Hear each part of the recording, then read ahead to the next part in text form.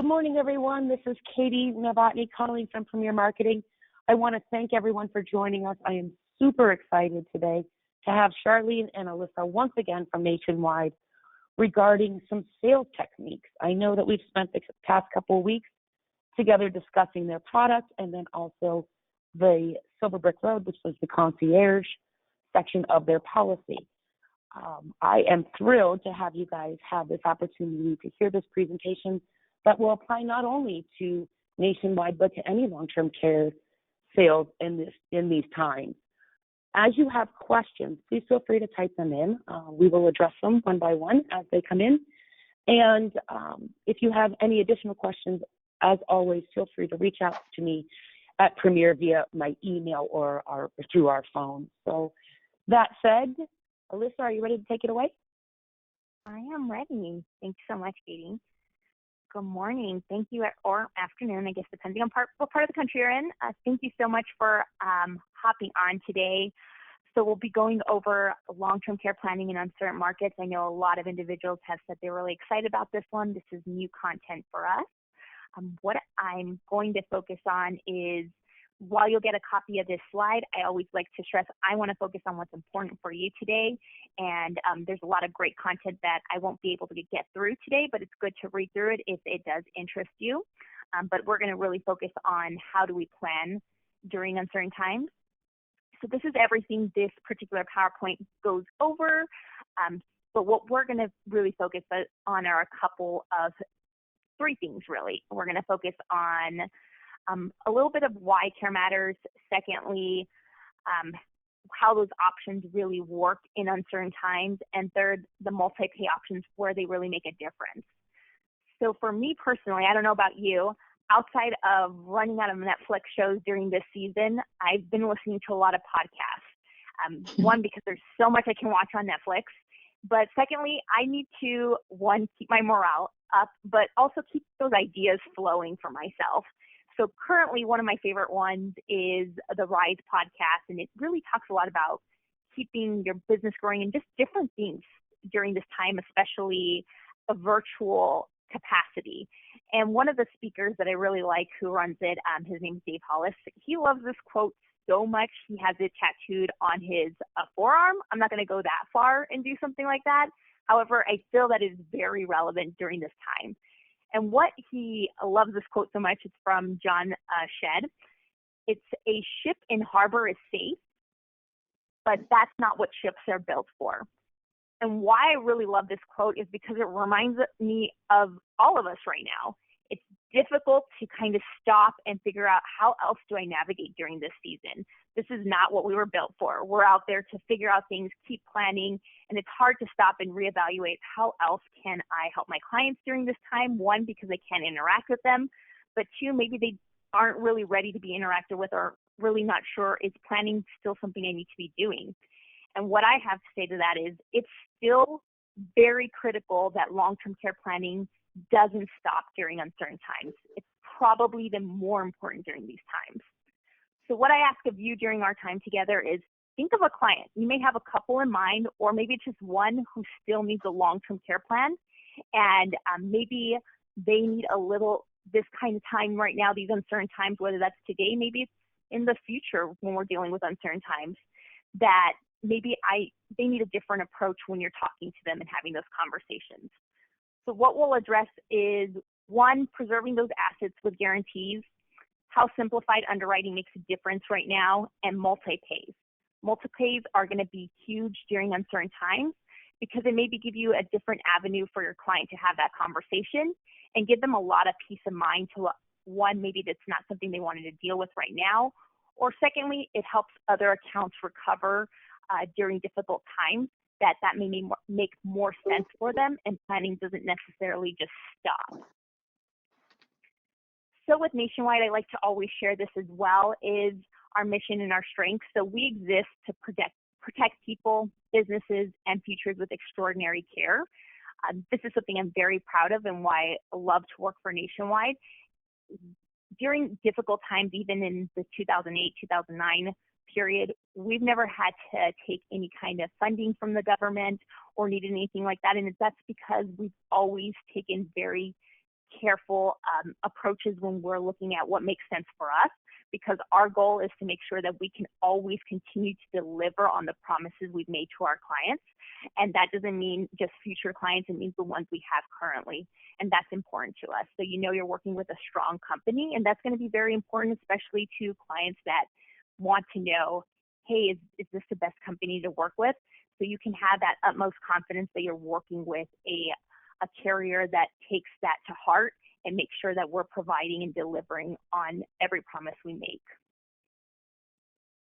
So we're going to focus on why CareMatters and really where that comes into play. So I know Charlene did a fantastic job. If you definitely probably attended one, if not maybe the other 2 sessions we've had.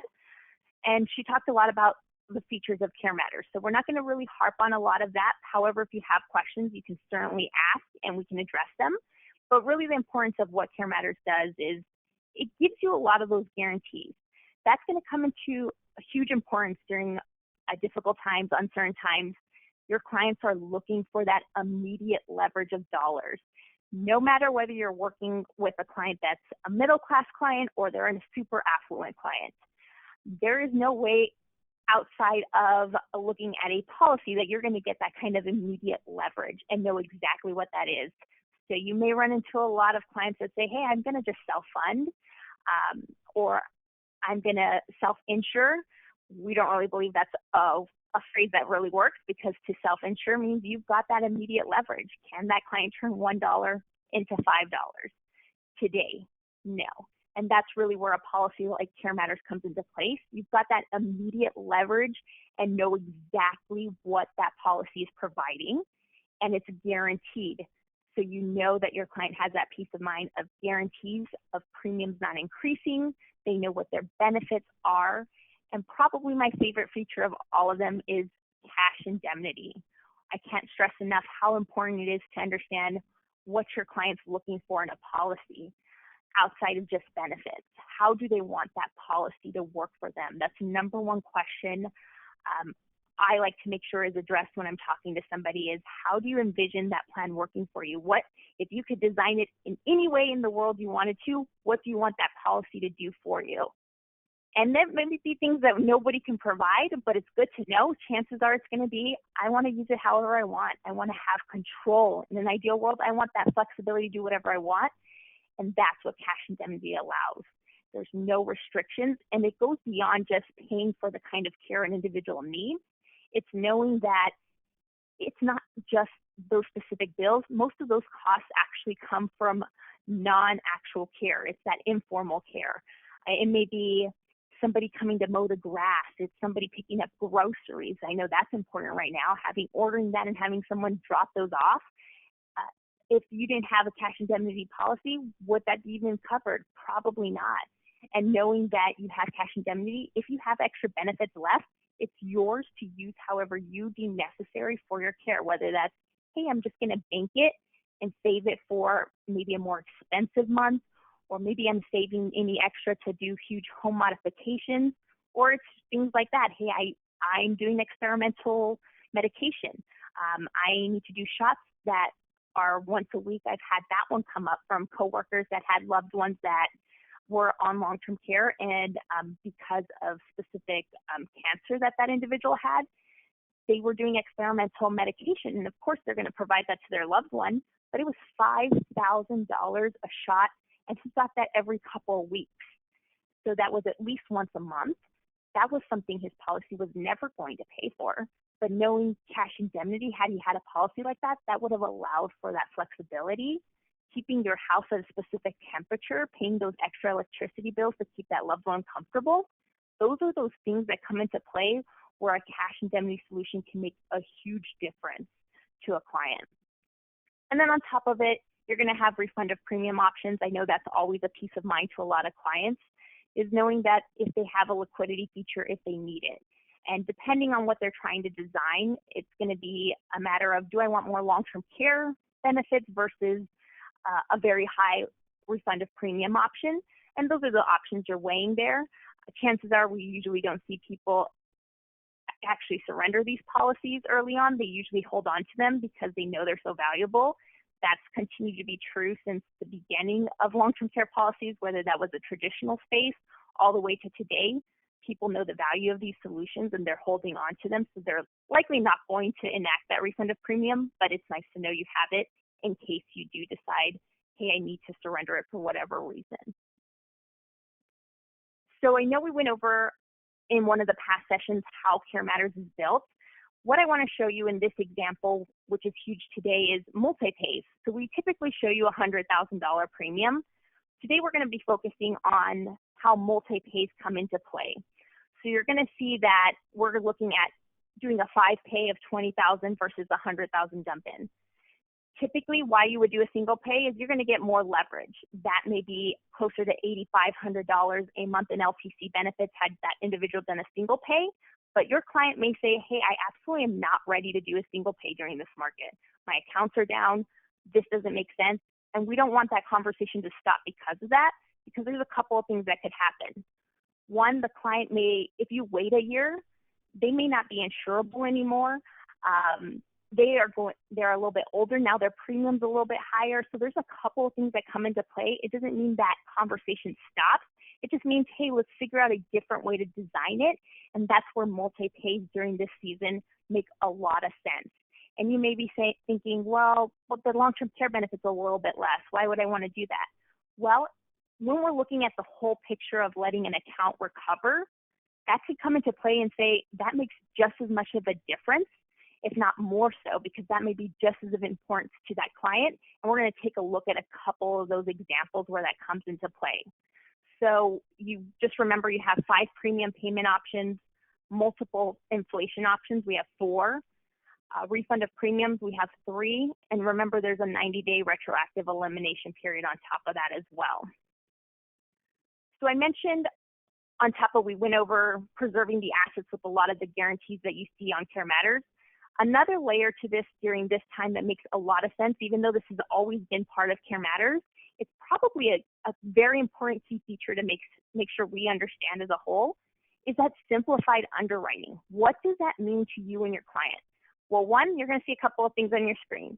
Your client doesn't need to go see a doctor. We aren't doing parameds, blood draws, or fluids from the client. Everything can be done safely and conveniently at the client's home. So whether you're doing that conversation over the phone, virtually like we are today, that client can do that application with you over the phone, hopefully, or whether you're mailing it to them. And secondly, when they have to underwrite this policy, we are calling them. They're setting up an interview either by us calling them, or they have access to call us or do it online to schedule the interview. We call them. That interview is done over the phone. We never have to have that interaction with that client in person. So that may be something important to them to know as well, that might be a concern to them. They don't want to be out and about, or they don't want to be have somebody, a medical professional in front of them to do something. So this can be safely and conveniently done at their home. Typically with underwriting CareMatters, it's different than life insurance in the sense that this can be done as quickly as 30 days. That's probably the average for this solution, but I've seen it as quick as 2 weeks if the client's ready to do that interview and is ready to go. So that's going to be a big convenience for you during this time as well, and hopefully in the future as well for you, that that CareMatters has that convenient underwriting that makes this process a lot faster and planning for long-term care quicker. So we'll step into how we're going to look at a funding strategy when it comes to CareMatters with multi-pays. These are your multi-pay options. You have a 5-pay, a 10-pay, a pay to 65, and a pay to 100. There are some age restrictions that you'll see for the pay to 65 and the pay to 100. And that's usually where we come into play, where multi-pays have come before, is maybe it's somebody using their income versus them having an asset. However, during uncertain times, that may be still an important thing to your client. If they have an asset, single pays may make sense. However, they may not be willing to do that at that point. They may have experienced some loss in their accounts or portfolio, and multi-pays may come into play where they're allowing, while they're still getting those guarantees and a death benefit, to make sure they've replaced any lost assets if that event happens. It's preserving and those remaining assets and allowing them to be invested to grow back and grow forward without taking a huge chunk from it. So we're going to look at a scenario for you. We're going to have a 55-year-old male. He's married. He's purchasing CareMatters. he's looking at $1 million account. This doesn't mean it's his portfolio, just maybe it's account that this is where he keeps all of those, maybe not highly invested, maybe it's something a little bit more safer. This is just account that maybe this is where CareMatters is going to come into play if he's planning. He's experienced a 20% market loss, leaving him $800,000. What we're going to do is look at what's the difference between a single pay and a multi-pay, and look at how the market recovers. So we're going to assume the market recovers over 30 years, and we're going to be conservative and say that's 5% annually. Could be better, could be worse, but that's what we're looking at in a hypothetical here. So there's going to be a lot of numbers here, but what I'm going to walk you through is the difference. We're going to look at the graph there that says starts with 800,000. So we're going to say, okay, he's experienced that market loss. Maybe we're going to look at a single pay. So if we do $100,000 versus a 10 pay at 10,000, let's look at those differences. $700,000 is now what that account value is after paying that single premium. If I did a 10 pay, that's $790,000.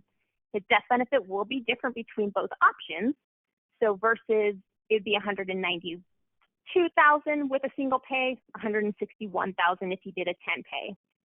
At the end of that first year, if a death were to occur,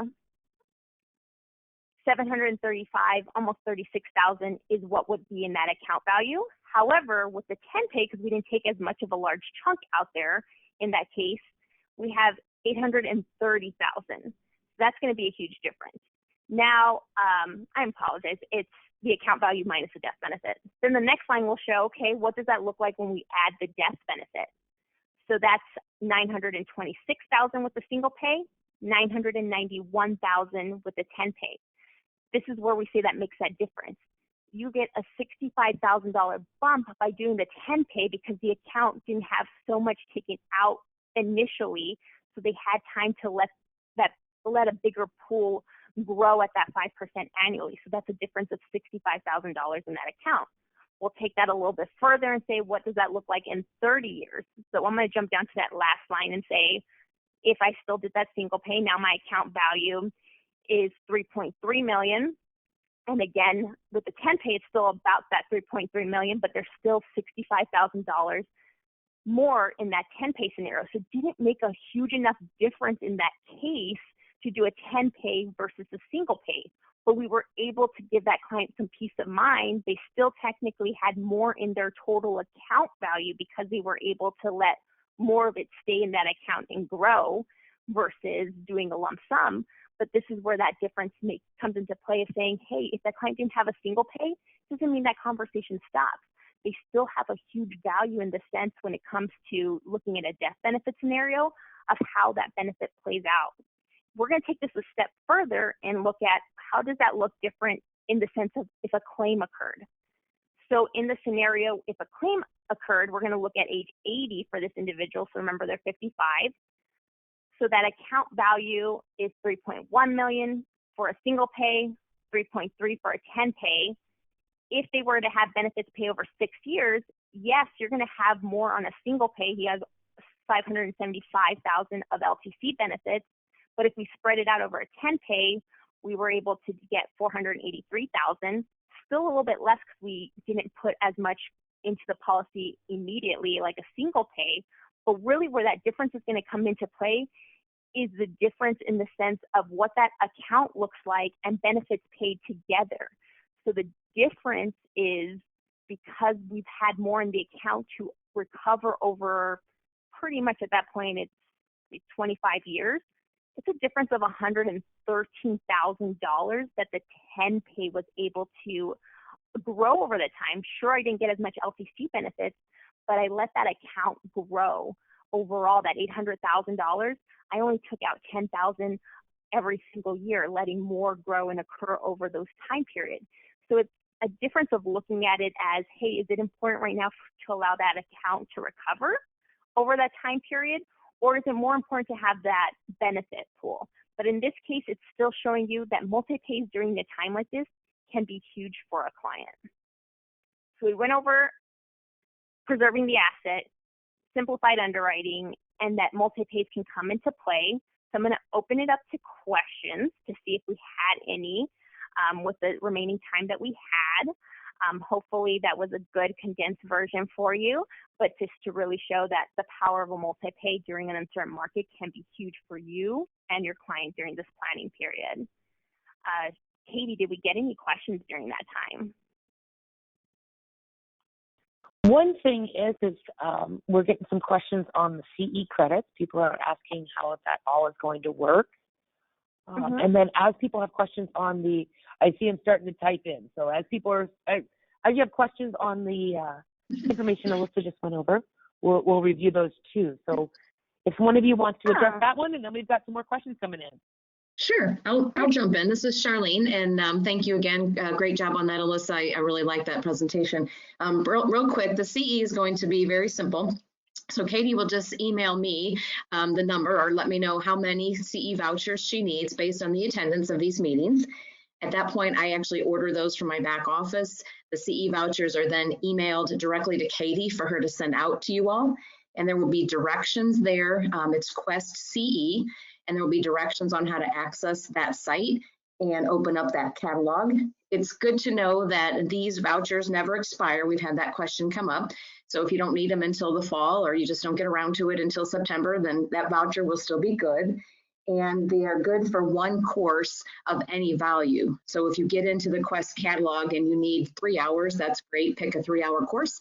If you need 10 hours, grab that one as well. So each voucher is good for any credit value. And they get to us pretty quickly. So you'll get them within, I would say, 2 or 3 days of us getting the head count.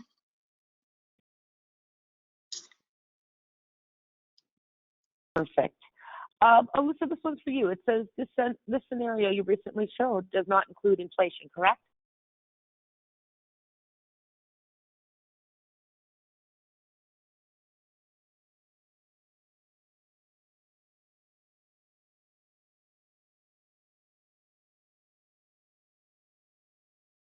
I apologize, I didn't realize I muted myself. So yes, we did not include inflation on this example. Inflation does make sense at a 55-year-old, but for slide presentation-wise, it makes a lot of sense for us to keep those numbers easy since you can't see how that inflation changes. But absolutely, this didn't include inflation, so you can only imagine the difference for somebody that did include inflation, what age 80 benefits would look like. Perfect. The next question is, will we have access to the PowerPoint? Yes, I will be sending out a copy of this presentation. Once our IT department goes and edits everything for us, and we will include a copy, and that will be emailed out to you. The next question is with the 10 pay, is the end LTC? Sorry, I'm trying to read a little screen here. Oh, no, hold on 1 second. Sorry here. A little technical difficulty. Is the end LTC benefit equal to the total CareMatters 2? Correct. So when it's showing you the benefit pools, remember there was an inflation, so it's telling you right there where it says CareMatters 2 total paid over 6 years. It's assuming in the 10 pay that if they went on claim, their total benefit pool would be $483,735 of LTC benefits. Perfect. The next one is can I use the voucher a year from now? As Charlene has mentioned, there is no expiration on this. Cindy, if you had any questions further than that, I would be happy to go through it once we get the codes and go out there and actually dig around a little bit myself as well. I too had the same question about expiration. I know that that's going to be a question with people having revolving CE hours and due dates. So Abby's asking once again if you could verify the CE credits that they will receive. So okay. Can you run through that one more time for us, Sure. Charlene? You bet. So it would be just if you're familiar with Web CE or any of the other online CE courses that you would go on and pay, whatever your bundle of say 11 hours is $40. It would be equivalent to doing anything like that. So you'll go to Quest CE and you'll pick the course that you want and the value of that course, the credit value. So again, if you need 3 or 10, you'll pick that and that voucher will be good for that entire course. And again, they do not expire. So I've been told by my Quest CE home office that the vouchers do not expire. Does that help? Perfect. Another question is inflation. I'm sorry, go ahead.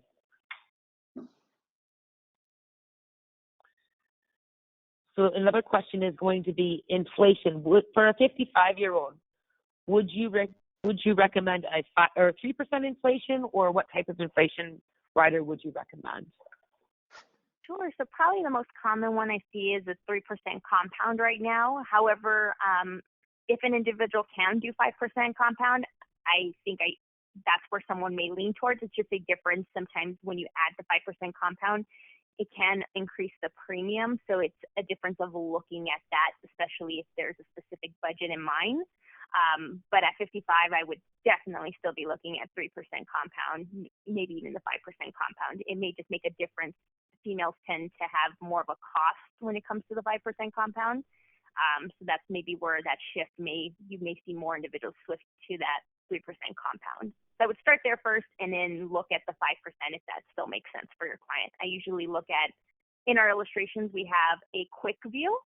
What it looks at is, let's say you were looking at that 10K, $10,000 a year. It will tell you, if you use that same premium, what does it look like in a no inflation scenario all the way to the 5% compound, and it'll tell you what age 80 looks like. That's usually our marker to kind of tell is, hey, is that benefit so significantly different to do the 3% compound where I would get more benefit at age 80 versus having the 5% compound? Maybe it's a difference of $2,000 a month, which will be a huge difference. So that means that break-even point may happen later in their life. Maybe it's 85, maybe it's 90, and maybe that's not something you or your client are comfortable with.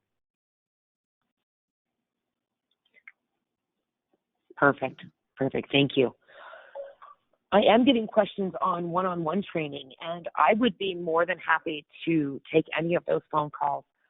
I will, my extension, if you just called our 800 number, is 226, and I'm not sure if that was on the first screen or not, but I would be more than happy to set up a time. I know that this is a little more complicated sometimes when we're running through it as a group, but I would be more than happy to spend the time until you're comfortable to go out in front of your client. Another question is the recording. So if there was a recording you did not receive, or if you're interested in getting all three of them, you will receive an email today or maybe tomorrow regarding today's presentation. But if there's any past ones you would like to see, absolutely shoot us an email back and we would be happy to get any of them out to you. Another one is can I confirm that a $1 million policy can be offered at a single pay? Or could they do a single pay of $100,000? So I think what we're looking is the space limits and premium limits. Yeah, so there isn't necessarily a premium limit. There is a benefit limit where we will start at. So typically, and it can vary just depending on if you're doing a 2-year benefit or a 6-year benefit. So as long as the benefit isn't exceeding, it's $20,833 at day one starting. So usually that's a relatively big policy. So as long as it's not exceeding that, so if you're not looking for $30,000 a month, you're fine. That's our only limit, is as long as that benefit doesn't exceed that $20,833 day one a month in LTC benefits, that's where our limit is on this policy. Wonderful. Another comment is the current daily rate is $360 a day, or approximately $13,000 a month, and the average stay is 2 years. Is this over-insuring? It just depends. So it really depends on the client. So I have individuals that will absolutely love a 2-year benefit, and that's enough for them, like you're mentioning, and that's enough planning for them. But then there's individuals that maybe that premium is too high to get that benefit and maybe need to spread it out. And maybe they're not going to get, maybe it's going to be $5,000 a month that they're going to get for 6 years. Maybe that makes better sense for them. Or if they're having longevity in their family. So the average claim when we're comparing women and men together is about 3.9 years. Again, that's an average. You're going to have individuals that it may only be 2 years. You're going to have individuals that may be 6, 7 years. it's just a comfortable, whatever you're comfortable with. I think that's just a popular number for the industry. They've always done a 6-year as where their sweet spot in the product was, and that may give you that extra cushion, but it really is all up to what you feel is best for your client. And I always say it's better to have some coverage versus no coverage. That 2 years can make a huge difference versus 6 years if they couldn't afford it and got nothing. Thank you for that. Can the insured use the cash indemnity overseas? Good question. Absolutely. So we do allow you to use it internationally. How it works is a little bit different. So I'm going to go back to the slide because I think it's a good one to work off of. We're looking at a 6-year benefit here. How it works internationally, if your client were going to live internationally, one, there are a couple of questions I get is there a country we don't pay in? If it's a country that the U.S. government cannot send money to, that's our only limitation. So that obviously can always change depending on the year. It could be very different today as it is 10 years from now. That's our only limitation. All carriers are going to have the same requirement as in how you qualify for this benefit. So a U.S. licensed practitioner has to be the individual to qualify that person, saying, hey, they have a severe cognitive impairment or can't do 2 of their 6 ADLs. That's a U.S. regulation, so that's how they deem it as how you can qualify for it. That is a little bit different, but cash indemnity makes a difference here because usually if you have reimbursement, they have specific limitations on how that facility works or how that care is provided, which can be difficult internationally. With cash indemnity, obviously, if you get your plan of care and get licensed a practitioner to qualify you for long-term care, that's really your only limitation there. Then we pay out that benefit however you deem necessary. But another pivot is we only pay out that first 2 years and it's inflation internationally. We do not pay the extension of benefits internationally. That's very common in the industry. So what I typically see if that client's going to retire internationally is do the 2-year benefit. Maybe you add the 3% compound, 5% compound inflation to beef up that benefit because that client's going to get 100% of that total policy and its inflation. If they do anything beyond 2 years, that 3rd, 4th, 5th, depending on how many extensions they have, that's going to be that difference that they will only get access to that extra bucket if they come back to the U.S.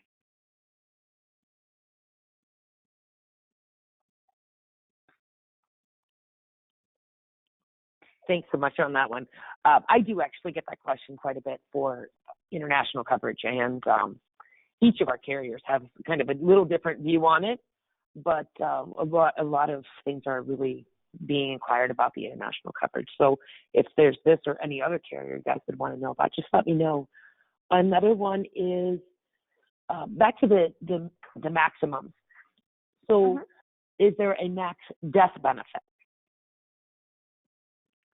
The max death benefit, I believe, let me just double check. I believe it is $500,000, but let me just double check that. I usually don't get that one very often. I'm just going to pull this up really quick. If there's another question while you do that, I can answer that.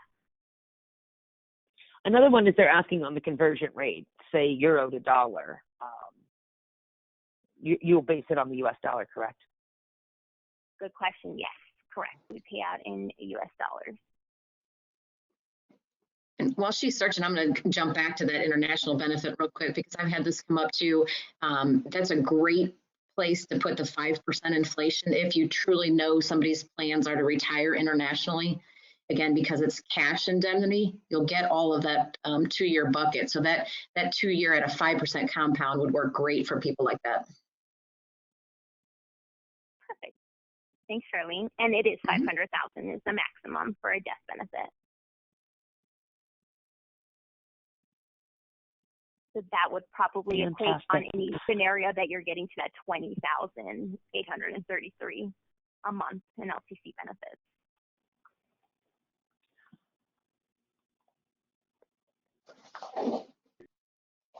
I think I have one more question. Maureen, actually, I'm going to reach out to you directly. I have that information for you. And, but I will take care of that one. So I don't want you to think I'm ignoring you out there. I just, I'll give you a holler right after this call. overall, I think that we've handled everything, ladies. I can't thank everyone enough. I know that these are difficult times. I know these are unique.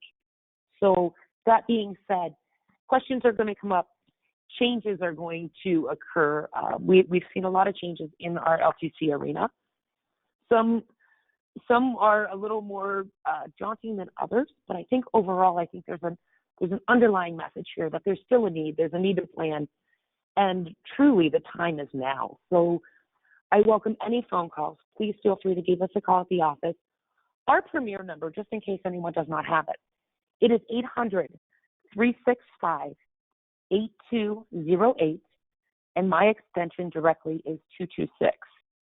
If there would be something that we would want to include Alyssa or Charlene, we can absolutely set up a call with them as well. So again, thank you everyone for calling in, joining us on these calls, and happy selling out there, and please be safe. I look forward to hearing from each of you. Thanks, Katie. Thanks, Katie. Thanks, everyone. All right. Thanks, everyone. Goodbye.